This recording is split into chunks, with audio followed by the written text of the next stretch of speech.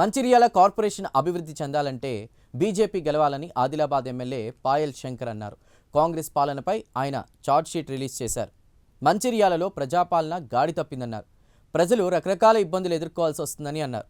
నాయకులకు అధికారం అనేది ఇవాళ ఉంటుంది, రేపు పోతుంది. కానీ ప్రజలకు మేలు చేయాలనేదే నాయకుడికి ఉండాల్సిన లక్షణమని పాయల్ శంకర్ తెలిపారు.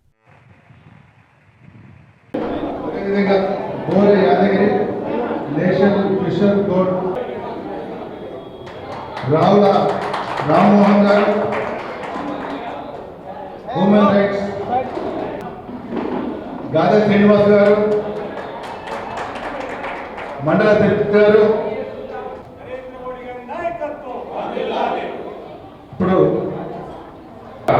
మన శాసనసభ పక్ష ఉపనాయకుడైనటువంటి పాయల్ శంకర్ స్వాగతం, సుస్వాగతం. అదేవిధంగా మన యొక్క రాష్ట్ర ఉపాధ్యక్షులు గౌరవనీయులు వెరపల్లి రఘునాథ్ గారు మన మధ్యలో ఉన్న విధంగా మన యొక్క గౌరవనీయులు పాయల్ శంకర్ గారిని ముఖ్య నాయకులందరూ కూడా కోరుతా ఉన్నారు.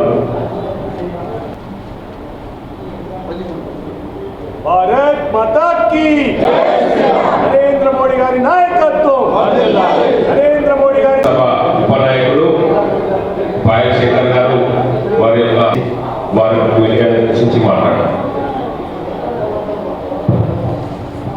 మీకు సౌండ్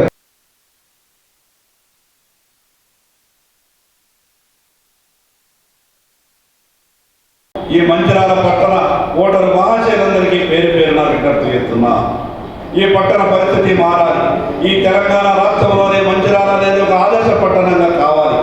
ఈరోజు నిధుల విషయానికి వస్తే ఈ రాష్ట్ర ప్రభుత్వం దగ్గర ఏమీ లేదు. స్వయాన రాష్ట్ర ముఖ్యమంత్రి గారు చెప్తున్నారు కదా, నా దగ్గర ఏమీ లేదు, అప్పు దొరుకుతలేవు, నన్ను పోషినా కూడా రూపాయి లేదని స్వయాన రాష్ట్ర ముఖ్యమంత్రి గారు చెప్తా ఉన్నారు.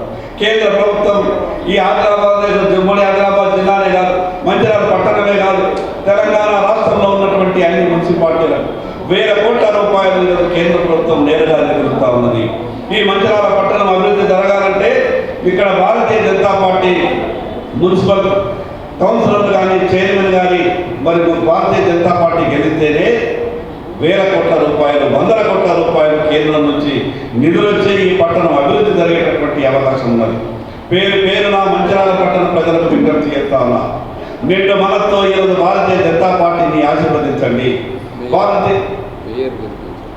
నిండు మనతో భారతీయ జనతా పార్టీని ఆశీర్వదించండి. ఈ మంచిర్యాలకు మేయర్, అదేవిధంగా మిగతా కార్పొరేటర్లంతా కూడా ఇక్కడ భారతీయ జనతా పార్టీ గెలవాల్సినటువంటి అవసరం ఉంది. మరొకసారి మీ అందరికీ జరిగినటువంటి అరాచకాలన్నీ ఒక్కసారి మీరంతా కూడా గుర్తు చేసుకోవాలి. ఏం జరుగుతున్నది ఈ మంచిర్యాలలో, ఏం జరుగుతున్నది ఈ మంచిర్యాల నియోజకవర్గంలో. కాంగ్రెస్ పార్టీ వచ్చి 2 ఏళ్ళు పూర్తి అయిపోయింది. ఈ 2 ఏళ్లలో మంచి జరగాలి కానీ ఎక్కడికక్కడ అవినీతి కార్యక్రమాలు, ఎక్కడికక్కడ పూర్తిగా ప్రజలు ఇబ్బంది పెట్టేటటువంటి కార్యక్రమాలు, వీటన్నిటి దూరంగా మంచిర్యాల పట్టణం ఉండాలంటే, ప్రజలందరికీ మంచి జరగాలంటే రేపు జరిగేటటువంటి ఈ మంచిర్యాల పట్టణ మున్సిపల్ ఎన్నికల సందర్భంగా భారతీయ జనతా పార్టీకి అవకాశం ఇవ్వండి. నిండు మనతో భారతీయ జనతా పార్టీని ఆశీర్వదించి ఈ మంచిర్యాల మేయర్గా భారతీయ జనతా పార్టీని గెలిపించవలసిందిగా పేరు పేరున పట్టణ ప్రజలందరికీ విజ్ఞప్తి చేస్తా ఉన్నారు.